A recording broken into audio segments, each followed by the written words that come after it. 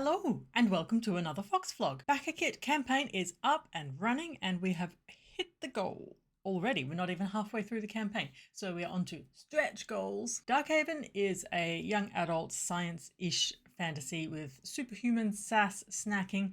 Gabby Whitehall, what are you doing? There's a cat on my desk. Hello. Do you want to talk about Darkhaven? There's a cat in Darkhaven. Yes, no? Not doing? Try not to knock everything off my desk then. There is a cat in Darkhaven. It tries to warn Gabby, in a way, before she is struck by lightning. Becomes superhuman, meets an alien god, discovers a conspiracy to hide the magic that has made her superhuman, and has to make all sorts of terrible decisions, like does she want to keep magic, given that it's going to come at the cost of her whole life, basically. That's the nutshell. Since the Operation Chocolate Overload version is meant to play on the fact that Gabby snacks a lot, we've got a stretch goal bonus scene, which will be a food fight between Gabby and super soldier mean mentor Donovan. And anyone who has already read the story knows that this is the least likely event that Donovan would ever get involved in. So we'll see, I suppose, if we hit the stretch goal, how Gabby is going to goad her into throwing a pavlova across the room. It could happen in an alternate universe. As usual, the campaign has slowed down a little bit now that we're entering the middle phase, but that's all right. That's what they do. It is a good time, though, if you're interested in checking it out, to go and have a look and see if we can not push that stretch goal. On to Solstice War Fairy Tales, which is my queer fantasy romantic retellings of various fairy tales against the backdrop of a world at war. Beast, which is the very uncreative working title for my Beauty and the Beast version, is revisions complete. It is significantly less complicated, still the same length, which is 30,000 words. That's fine. That's a novella. That's a normal novella even. I am trying to keep them on the short side as an exercise for myself, which basically means I have to go through and take out things like the missing wand, the missing backpack, the King of Lilies convoluted scheme to subordinate witches to his own goals and agendas, the evil mother's plans to marry her daughter's lover, the curse having some complicated condition for being broken should the prince decide to break it. So many things. There was a branch of magic involving subordinating somebody's will. There was mage scholars, which is someone who is not very magical but researches magic in academia. Like it was just, none of this actually affected the romance plot. In a novel, it would probably all have been useful stuff that, built up the broader world and allowed other characters to come in and have relationships with the main protagonists and, that sort of stuff, which is why it's in there. None of this stuff actually doesn't happen, but it just didn't need to be on the page for a short romantasy story. So I've taken all of it out and it's great. Now it is much less complicated, much tighter, focusing in on this second chance romance between a princess and a witch. In a world where witches are reviled and shunned in society, and royals are royals. So, it's fun.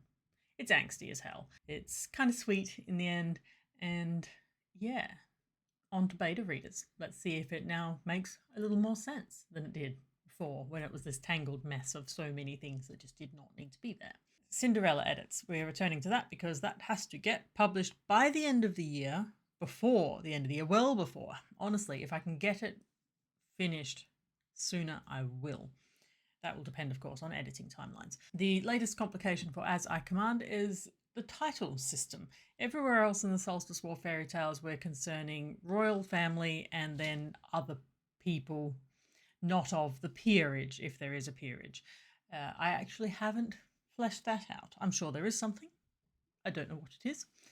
Some form of nobility. There must be courtiers floating around these palaces. Other royals not just sitting in empty castles by themselves, presumably, but or some of them probably are. And yeah, so I didn't have a title system for the nobility of the Floralese realms. And that was fine. There is some strange noise going on outside. That was fine until I got to Adiantu Island, which is where As I Command is set. It's a separate land, so to speak, that is not under the jurisdiction of any of the monarchies, but it does have a lord appointed by magic, which basically means I can do whatever I want, right? It's fantasy, it's magic, it's, you know, this is not a system of primogeniture or noble rank or anything like that. It's just this particular person was chosen by the island to be its lord, which basically means he has to show up every now and then and preside over some ceremonies around the solstice. So what does he get called? I don't know. And the challenge is, as soon as you start attaching words like lord, it brings in all these preconceived ideas, and mostly to do with the British peerage, because that's probably the background that readers are most familiar with. So people start to make assumptions, which basically means that Lord Lucian of Adiantu, which is his simplest possible name, is going to get shortened, because putting that whole phrase in every time I need to refer to him is ridiculous, to either Lord Lucian or Lord Adiantu. Neither of which really work, because Adiantu is also the name of the island, and that means we're referring... Cat just fell off the table. Adiantu now refers to a person and a place at the same time, sometimes even in the same paragraph. Way too confusing. Alternatively, I call him Lord Lucian, which suggests that his title is a courtesy title and not, oh, you survived, good job, and not a title that he... Good. Stop it. And not a title that he holds of his own. Well, I don't even know where I was.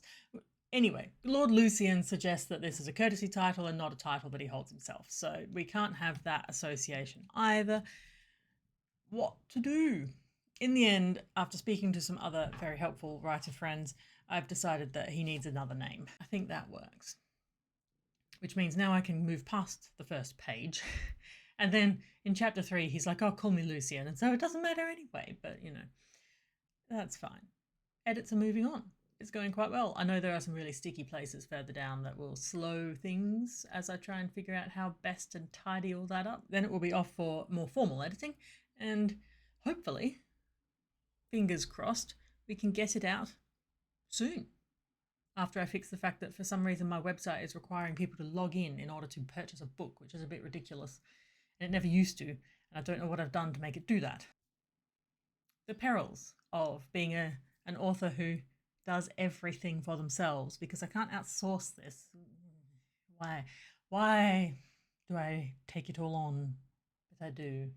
Other than that, we have the latest packages for the Secret Agents of Art have gone out. The very first assignments for the Secret Agents, which is they receive a little piece of art for themselves and they receive a wrapped piece that they have to distribute according to their mission brief, which in this case is gift it to somebody within 30 days. We'll see how that goes for them when they get back to me.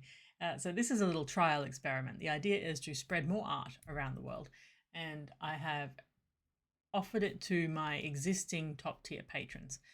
So once a month they get a new mission which contains a piece of art they can keep and a piece of art that they must put out in the world according to the brief. It's a fun game, for me at least. I get to send pieces of art out into the world, and then I hope that they go further out into the world. That is the general idea, and assuming that the agents come back and say, yes, this was fun and we enjoyed spreading art around the world, I may open this opportunity up to other people. We'll see.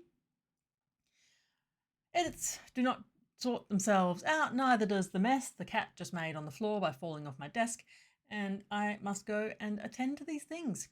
Thank you so much for watching. Do like and subscribe and share and comment. All that good stuff does help, and I will see you in the next Chaotic Fox vlog. Bye.